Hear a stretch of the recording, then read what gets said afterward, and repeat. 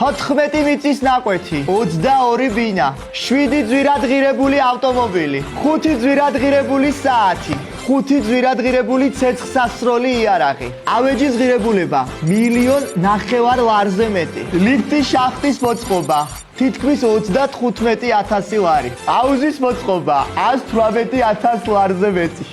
მოდით ახლა გავჩერდები, რადგან 32 გვერდიანი შთამბეჭდავი დეკლარაციიდან შეიძლება რამე გამომრჩეს და კახა ბექაურმა მეც დამასანქციროს და ფულადი სანქციები დამაკისროს. ისე როგორ არ გამოჩნდა ამ ადამიანის ცხოვრებაში ერთი კეთილის მოსურვე ადამიანი, რომელიც დაждდებოდა ამ 32 გვერდიან დეკლარაციას თავიდან ბოლომდე შეისწავლიდა და ერთ კარგ წიგნს დაუწერდა, რომელიც ალბათ წლების შემდეგ აუცილებლად გახდება ბესტსელერი. ისე რომ არ გამომრჩეს ამ შთამბეჭდავი ქონების პარალელურად კახა ბექაური სანქცირებულია.